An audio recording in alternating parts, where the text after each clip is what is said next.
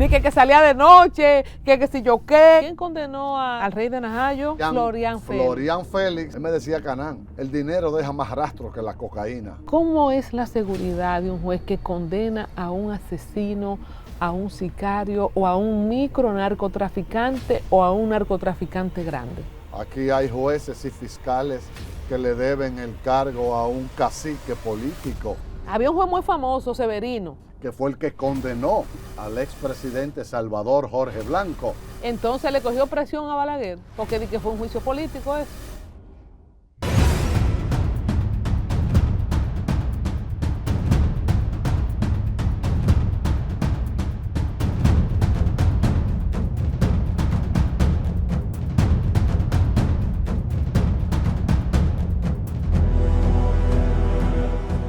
Mis amigos de Al Tanto, qué bueno que nos acompañan. Por supuesto, como siempre, les pido su colaboración suscribiéndose a este canal, dejando sus comentarios y diciéndonos qué le parece este trabajo que hacemos y con todo el esfuerzo de presentar un contenido de alto valor, aportando para todos ustedes. Bueno, señores, estamos en la temporada alta de los casos sonoros, de la persecución a la corrupción. Mucha gente llamó al diablo y luego que el diablo vino, pues ya ustedes saben que no es lo mismo llamarlo que verlo llegar. Ahí vimos el allanamiento a Hugo Veras, ahí vimos el apresamiento de Jochi y de 5 implicados más. Y algunas personas dicen que falta gente, que los verdaderos camaleones no están ahí, pero quizás jamás lo veremos caer. Pero ¿qué estoy hablando yo? Aquí tenemos a un experto para poder compartir este y otros temas. Es el doctor Pedro José Duarte Canaán, que además nos presenta esta belleza de publicación. Doctor, bienvenido al Tanto, gracias por estar aquí.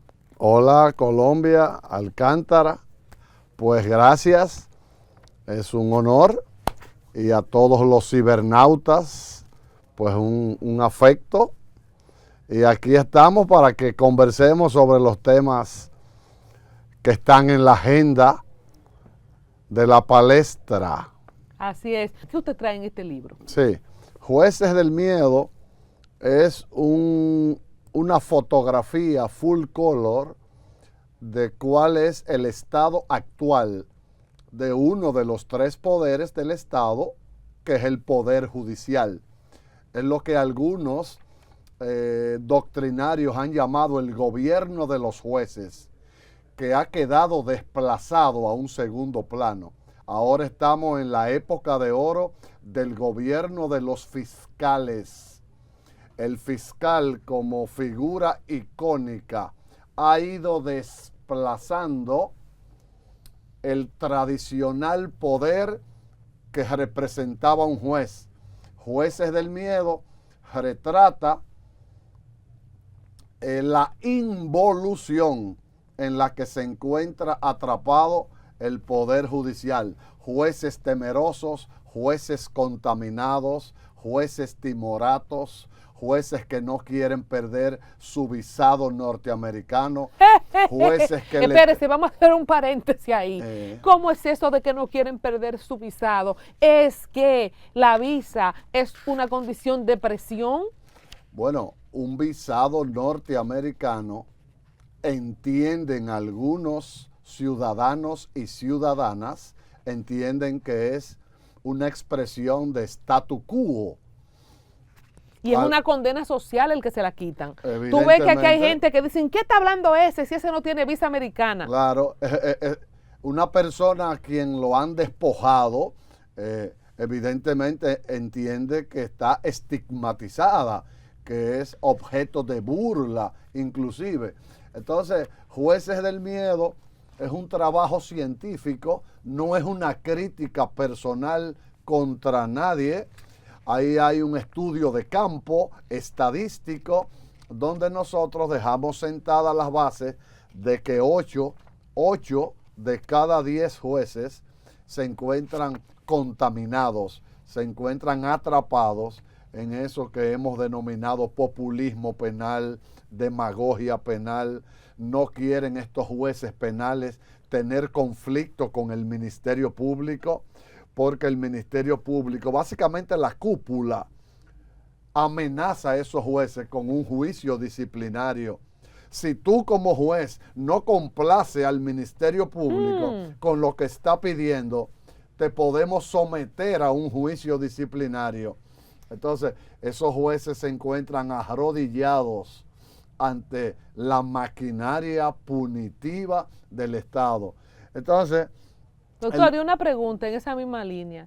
El tema de la seguridad de los jueces y de los salarios de los jueces. Y se la divido en dos. eso es vergonzoso antes de que usted haga la división. Es vergonzoso. Un juez penal de primer grado, hay jueces de primer grado, de segundo grado y jueces supremos. Y ahora tenemos los jueces constitucionales. Pero un juez de primer grado gana menos de $2,000 en República Dominicana. Un juez de primer grado en Costa Rica recibe un salario de $5,000. Es decir, la involución que acusa el Poder Judicial Dominicano tiene mucho que ver con esa configuración, esa jerarquización vertical, salarios de lujo en las cúpulas, asesores del presidente de la Corte Suprema devengando 400,000 pesos al mes. Pero eso es una locura. Una locura. Y un juez de primer grado ganando 140,000 pesos de salario. Entonces, que en colegio nada más se van dependiendo de donde tú lo tengas. Entonces, y si tiene que darle terapia a un niño con situaciones, ya usted sabe. Entonces, una pregunta. ¿Y quién decide eso que usted plantea, que asesores de los jueces, de cuáles son? Del presidente de la Corte Suprema de la Corte Suprema. ¿Cuánto ganan los jueces de la Suprema? No, ganan un salario de lujo. Un juez de la Corte Suprema de Justicia recibe un salario aproximado a los 400,000 pesos dominicanos, pero con unos beneficios colaterales amplísimos. Un seguro VIP internacional, vehículos de motor, combustible, choferes, guaremates, lambones, militares, espalderos. Es decir, esa cúpula suprema recibe...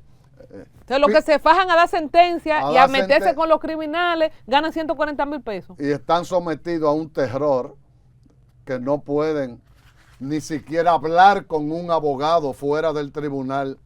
Y eso está todo. Señores, miren, los jueces del miedo, además de la bonita presentación, yo me lo voy a devorar en un día, porque la presentación, la tipografía está sumamente digerible. Así que esta noche me lo leo yo. ¿Y dónde podemos encontrar este libro? Ese libro está en Cuesta Libros, por supuesto, Librería Jurídica Internacional, en la Rómulo Betancourt, y en todos los puestos de venta de libros jurídicos. Bueno, como usted me ahorró dividir la pregunta en dos, la segunda parte, porque la primera usted la respondió. Correcto. ¿Y cómo es la seguridad de un juez que condena a un asesino, a un sicario o a un micronarcotraficante o a un narcotraficante grande? De ahí se va como para su casa. Ni siquiera de ese aspecto se ha ocupado la cúpula dirigencial de un poder del Estado. Un juez penal, vamos a quedarnos en la órbita penal, que es el que emite las sentencias penales. Probablemente llegue a su casa luego de una sentencia de 20 o 30 o 40 años en caso de terrorismo, que la pena llega hasta 40. Ese juez está desprovisto de una seguridad personal para él y su familia. Es decir, no existe un interés de la presidencia de la Suprema Corte de Justicia de fortalecer la seguridad personal de los jueces. Son simples servidores públicos, desprotegidos, abandonados a su suerte, ante un profesional que preside la Corte Suprema, pero que evidentemente no tiene el liderazgo judicial que requiere la era robótica. Yo no sé si mal no recuerdo, una jueza, que ahora se me va, creo que de San Cristóbal, una morenita, que manejó casos muy pesados, me perdonan que anoche no dormí bien, la memoria me está fallando hoy, sufrió un atentado. ¿Usted me recuerda quién es? Sí, hoy ella es, Me fue el nombre. ella es presidenta de un tribunal colegiado aquí en el Distrito Nacional. Esa jueza, su casa fue violentada, Lo recuerdo. su casa fue robada. ¿Qué caso fue que manejó ella? Ella ha manejado casos. Pero fue ahí cerquita, sí, de una condena que dio. a raíz de Lo vi en la noticia. a raíz de un caso que ventiló con condenas fuertes. Su casa fue violentada, robada, su doméstica en ese momento fue golpeada inmisericordiamente y evidentemente es triste. Doctor, y cuando yo vi esas imágenes en la televisión, que yo dije, wow, y así vivió una jueza. A propósito de que vandalizaron su casa, Sí. muy bonita su casa, con mucha decencia, pero ahí uno ve la desnudez. Y ahí fue que yo vi, cuando vi en televisión esa noticia, que yo dije, pero esa mujer no tiene ninguna seguridad. Entonces aquí usted se encuentra con los jueces penales desprovistos de la más mínima seguridad, con un catálogo de prohibiciones que prácticamente... ¿Qué se le prohíbe a un juez? Un juez en aras de salvar supuestamente y respetar los códigos de ética, no deben exponerse públicamente en los lugares donde usualmente visitamos las personas que no tenemos esa función. Por ejemplo. Por ejemplo, un juez no debe ir a un mini market, a lo que le llaman bodega o colmado. No debe exponerse en lugares de expendio. No debe sostener, teóricamente hablando, encuentros con abogados ni abogadas. O sea, un juez no puede ir a una discotequita a dar una bailadita. Un juez no debe exponerse, porque eso podría originarle o causarle alguna reprimenda ante supuestas violaciones a un código de ética. A la playa, un sábado a Boca Chica y se come ¿cómo se llama? Una yanique, no puede. Entonces tienen que ser lo más prudente posible ante las exposiciones públicas. ¿Por qué querría alguien ser juez con tan mala paga y con tantas limitaciones? Esa es una pregunta seductora. ¿Qué puede motivar a un abogado o abogada a postularse al cargo de juez? Tú sabes que hay mucha soberbia, arrogancia. Jueces del Miedo agrupa a un paquete de profesionales atrapados en la soberbia y en el ego, que se sienten superiores a los demás. Entonces, ¿qué podría motivar a una joven de 30 años a aspirar a ser juez de la República? Posibilidad de acumular pingües beneficios por otra vía que no sea la del salario, porque son salarios miserables. ¿Cuáles serían esas otras vías? Bueno, las vías de lo incorrecto, evidentemente, porque trabajar 30 días por un salario miserable de 125,000 pesos, que lo produce un abogado de quinta categoría en 4 horas. Entonces los jueces del miedo sienten cierta envidia por los abogados penalistas exitosos, porque lo que ellos devengan en 30 días, un abogado de alta gama lo produce en 30 minutos. Entonces, los que sí son serios y no van por esos beneficios colaterales incorrectos. Viven de su salario. Que quieren serlo porque es una pasión. Hay gente que quiere ser juez. Sí, y hay honrosas excepciones. Aquí en el país tenemos jueces, varones y hembras, que honran la toga y el birrete. El 80% deshonran la toga y el birrete. pero hay un segmento mínimo de magistrados y magistradas que viven con dignidad y viven con ese salario que el Estado le paga. Doctor, en Jueces del Miedo, y como es un documento que usted muestra con datos y eso, ¿usted encontró o usted retrata algún caso donde esos jueces estén forzados, supeditados, condicionados a sentencias específicas por presión de fiscales o presión de grupos estratégicos o políticos? Sí, hay jueces aquí que le deben el cargo a un mecenas. Aquí hay jueces y fiscales que le deben el cargo a un cacique político, a un líder o un pseudo líder político. Jueces que aprobaron supuestamente su examen de oposición con el mecenas, el padrinazgo detrás. Y hay un vínculo muy directo entre el juez penal y esos poderes fácticos que se conocen en doctrina como poderes salvajes, la Iglesia Católica, las élites empresariales, participación ciudadana. Es decir, hay poderes fácticos que están detrás del poder, prácticamente invisible al ojo público, pero que en ocasiones tienen más poder que el propio presidente de la República.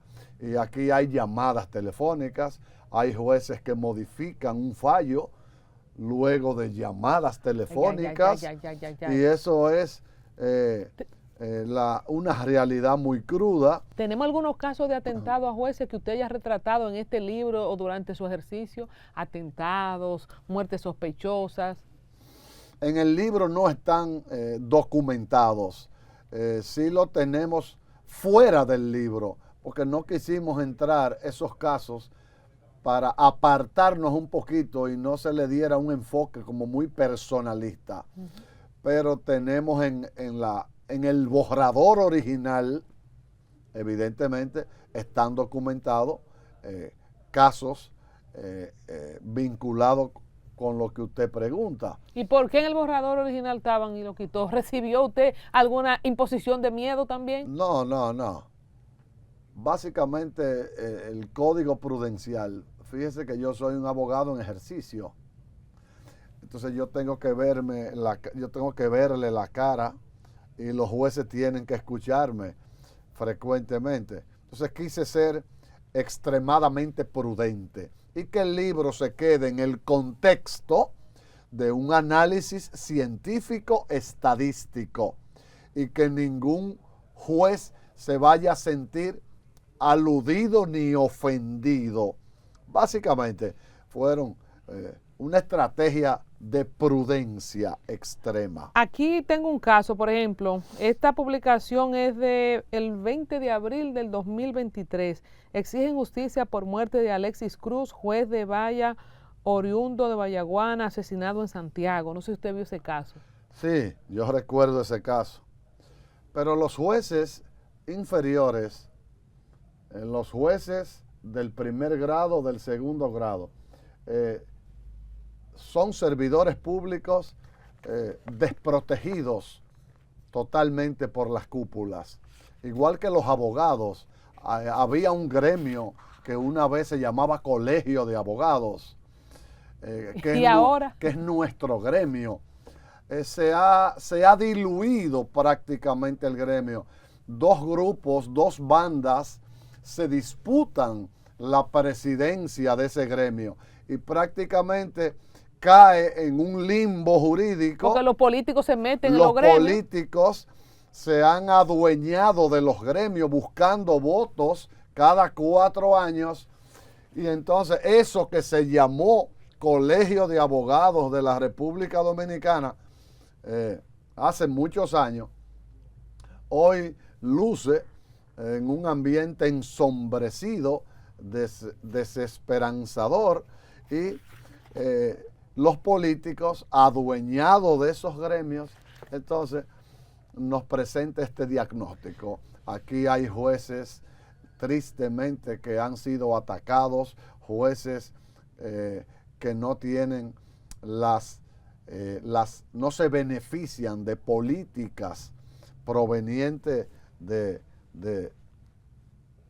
estamento que direcciona ese poder del Estado. Hablar del gobierno de los jueces, hablar de un poder del Estado, le permite a usted de entrada pensar en un megapoder con todas las garantías. Pero usted viaja a la frontera norte y la frontera sur, y es deprimente la situación. Y nosotros hemos recorrido el país 6 veces, desde la Altagracia hasta Montecristi.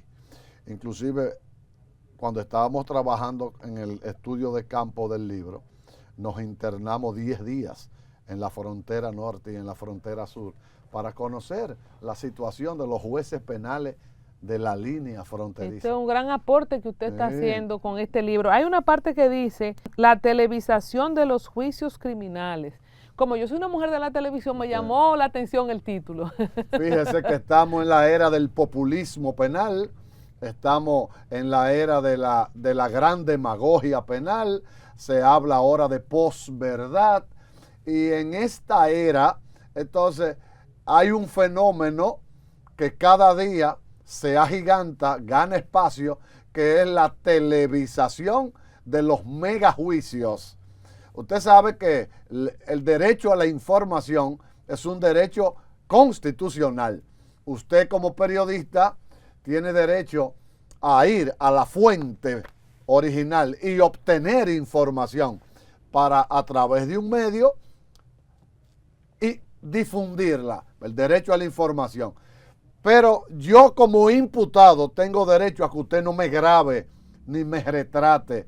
Entonces, el juez, si es timorato, si el juez es débil, si el juez no tiene esa bitácora de valores sólidos, le permite a los medios de comunicación tomar imágenes, no obstante el imputado me surge una confusión, doctor. Yo creía y tenía entendido que los juicios eran de que libre y que la gente podía grabar. ¿Qué usted está planteando? ¿Que hay un derecho a la intimidad que se le viola a los imputados? Pero entonces, ¿dónde está contenido eso? Porque me crea una confusión ahora mismo. O sea, ¿quién dice cómo es? ¿Quién dice dónde empieza la intimidad y dónde termina el derecho a la información y viceversa? Hay un principio general que establece que los juicios son públicos, orales y contradictorios. 3 características. Audiencia pública. La audiencia es oral y es contradictoria. Pero tenemos la otra disposición, que es que todo imputado se beneficia de la presunción de inocencia, y que hasta que el juez no me condene, hasta que un juez no me encuentre culpable y me condene, yo estoy revestido de un principio de oro que se llama presunción de inocencia. Se va a iniciar la audiencia, llegan los medios de comunicación, entran al salón de audiencia, y un juez responsable, ético, con carácter, plantea lo siguiente. Se le informan a todos los medios de comunicación que pueden hacer una toma, un tiro, pero el imputado no quiere que su imagen resulte captada. Es un derecho constitucional que él tiene. Ustedes tienen derecho a la información como prensa, pero él tiene un derecho. Él es inocente. Por vía de consecuencia, hagan un tiro de cámara, una toma global, sin captar la imagen del imputado. Artículo 95 del Código Procesal Penal, combinado con el artículo 74 de la Constitución de la República. Entonces ahí hay un conflicto entre 2 derechos. Ahí hay 2 derechos fundamentales en conflicto. El derecho a la información que tienes tú como periodista, y el derecho que tiene el acusado de que no se le grabe ni se le tomen fotografías, porque él está protegido por un principio de inocencia. ¿Quién discrimina cuál en ese conflicto prevalece? El juez. Entonces el juez hace lo que se llama un test de proporcionalidad y razonabilidad. Entonces yo debo someter los dos derechos fundamentales al razonamiento de un test. Entonces, señores periodistas, la prudencia como juez me indica que ustedes pueden estar aquí. Pero me gusta eso, doctor. Claro. ¿Y por qué eso no lo vemos? Lo que pasa Porque hay cosas abusivas y de gente que después salen de ahí y aparece su imagen en las redes sociales y en las páginas web por siempre. Mi estimada Colombia, la ignorancia y la falta de valor, la falta de criterio de muchos profesionales de la toga y el birrete que no tienen, O jueces del miedo. y jueces del miedo que le tienen miedo A a la la prensa. porque tú sabes que el juez penal dominicano le teme a dos cosas: a la embajada norteamericana, Departamento de Estado, y le temen a la prensa. El juez dominicano no quiere conflicto con la prensa y no quiere conflicto con la embajada norteamericana. Había un juez muy famoso, Severino. Yo tuve el honor de trabajar con él, yo era el fiscal. ¿Tenía miedo ese? No. A ninguno de los dos que usted planteó. Claro que no. Yo era un jovencito y el destino marcó. Y a mí me correspondió ser el fiscal 29 meses. Yo estuve 29 meses siendo el fiscal en la 7ª Cámara Penal, donde el difunto, el extinto, Juan María Severino y Tejada, que fue el que condenó al expresidente Salvador Jorge Blanco, que los condenó a 20 años de prisión. Entonces le cogió presión a Balaguer, porque di que fue un juicio político eso. Se ha dicho, ¿Qué usted cree? Se han escrito muchas cosas en ese sentido, de que él fue un alfil, una pieza del balaguerato que gobernaba en ese entonces. Él pudo haber sido una expresión de un juez del miedo en otra dimensión, evidentemente que sí. Yo lo admiré mucho, lo traté, lo conocí, pero... ¿Qué otro famoso condenó él? Si yo quiero ser coherente en mi narrativa, tengo que admitir que él pudo haber sido el primer ejemplo de juez del miedo en la República Dominicana, con el debido respeto que merece su memoria, a quien yo admiré, lo quise, lo traté, conocí su familia, construimos una amistad. Pero tú sabes que amor no quita conocimiento. Además, ¿quién le decía que no a Balaguer en ese tiempo? Oh, y a Balaguer se atrevía, nadie se atrevía a decirle que no. Y el propio Balaguer llegó a admitir que se equivocó con el doctor Jorge Blanco, que fue una acusación insustentable. Que llegó muy lejos también. Que llegó muy lejos y que se excedieron. En esa línea, pues, es que nos encontramos actualmente. Edifíqueme con esto. ¿Quién condenó al rey de Najayo? ¿Cómo se llama? Florian Félix. A mí me correspondió defenderlo en 2 oportunidades,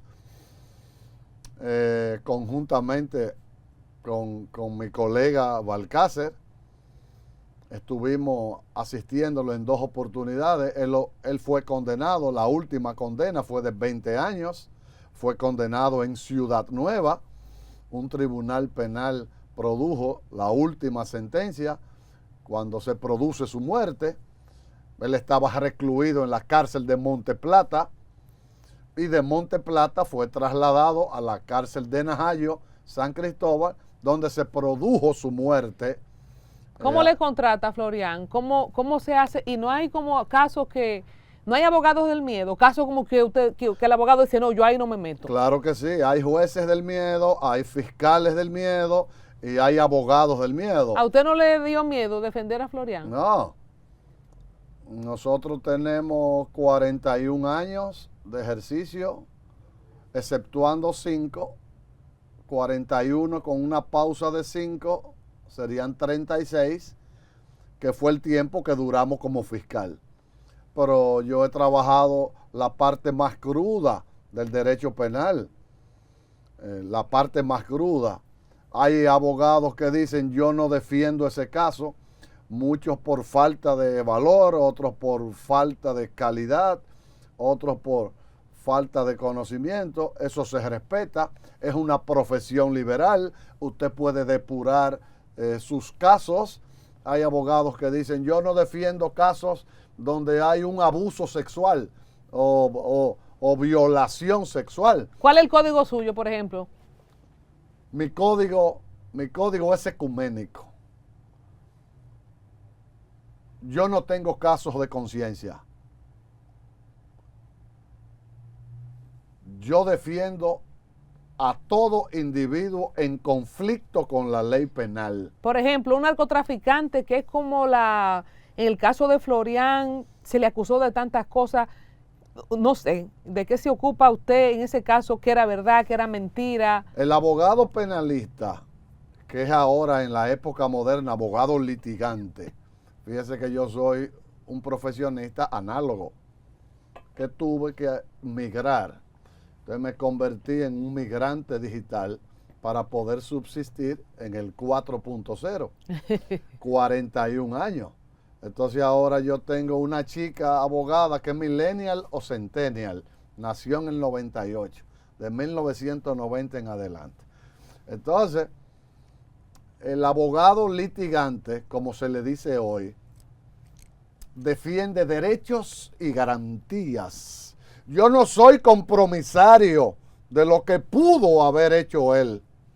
Yo voy a defender tus garantías constitucionales. Recuérdeme su estrategia, por ejemplo, ¿qué usted planteaba en su defensa para Florian, que finalmente fue condenado a cuántos años? La última fue de 20 años. De 20 años. Y es verdad que él era malcriado, de que no se quiso quitar los lentes, y que yo qué, quítamelo tú, era un bravucón. Sí, era un hombre irreverente, era un hombre muy irreverente. ¿Usted estaba ahí cuando él le dijo eso a la jueza? No, no me los quito. Fue un varón. A un varón.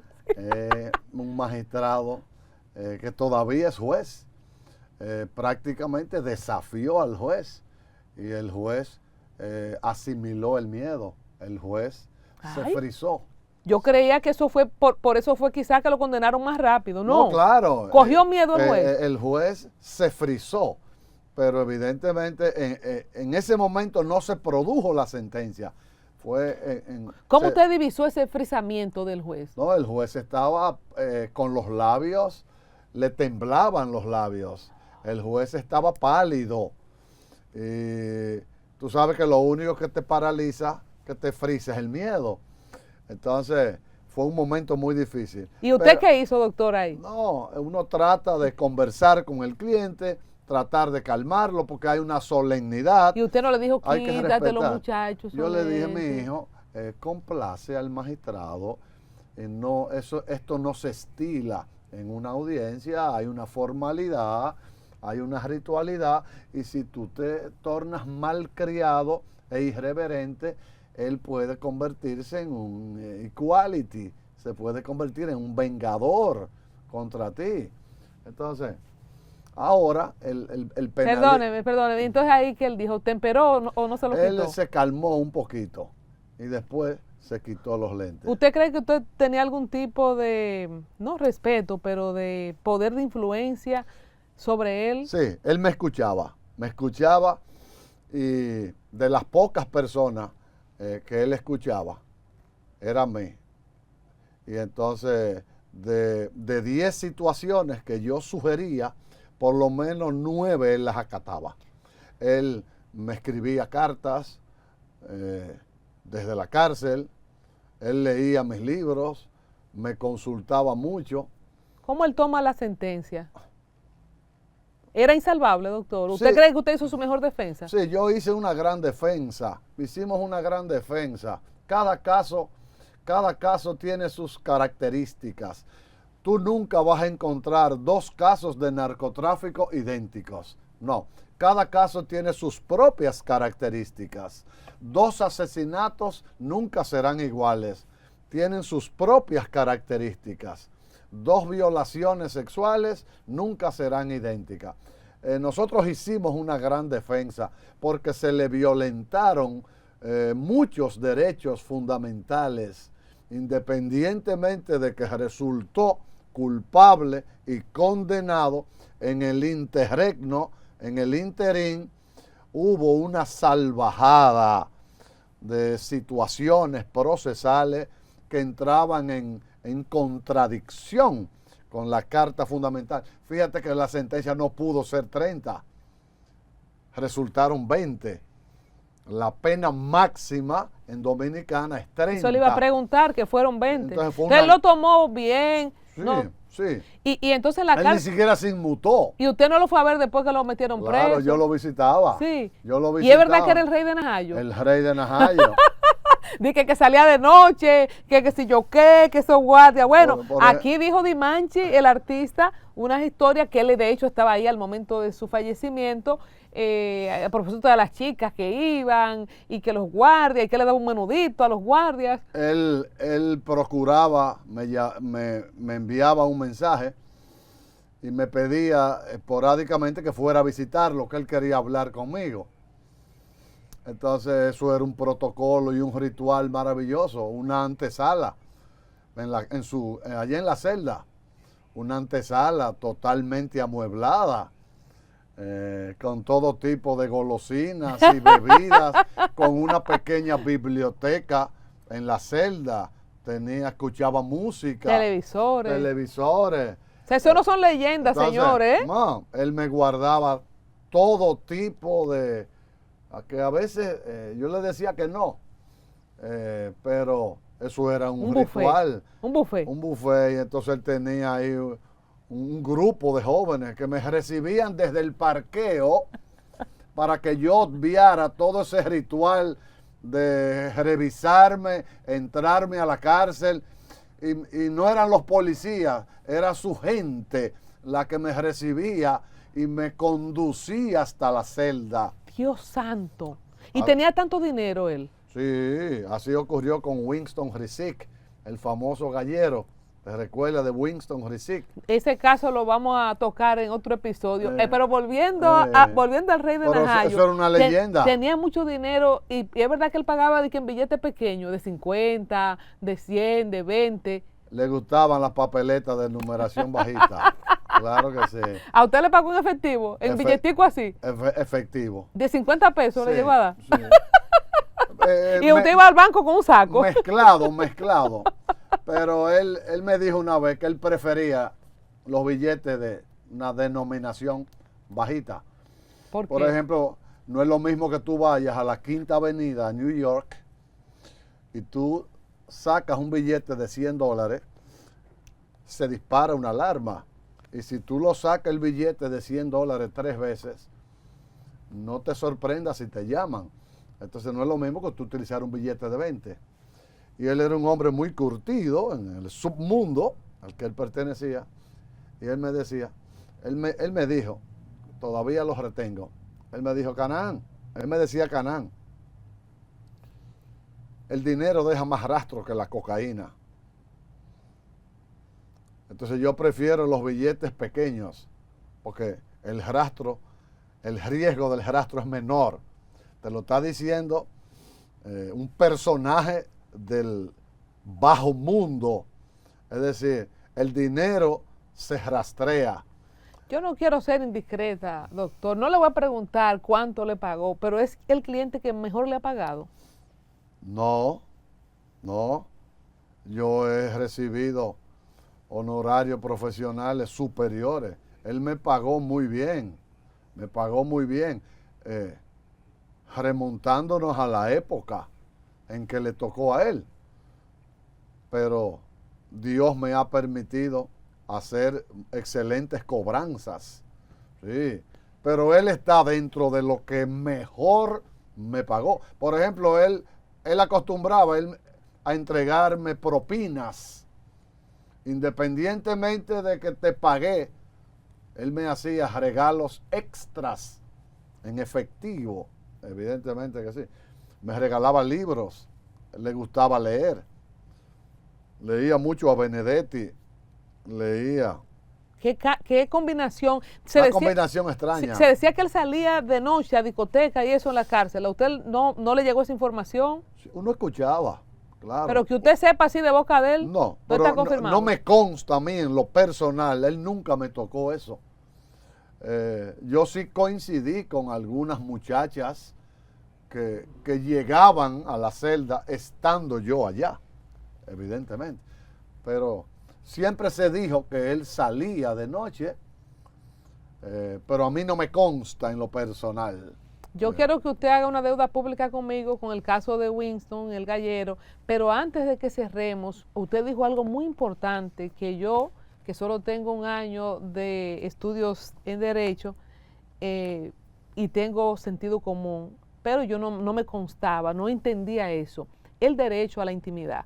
Algo que fue noticia esta semana y el fin de semana pasado son las fotos de Hugo Vera conducido, no ni siquiera en la sala de audiencia, sino en los pasillos de la Procuraduría.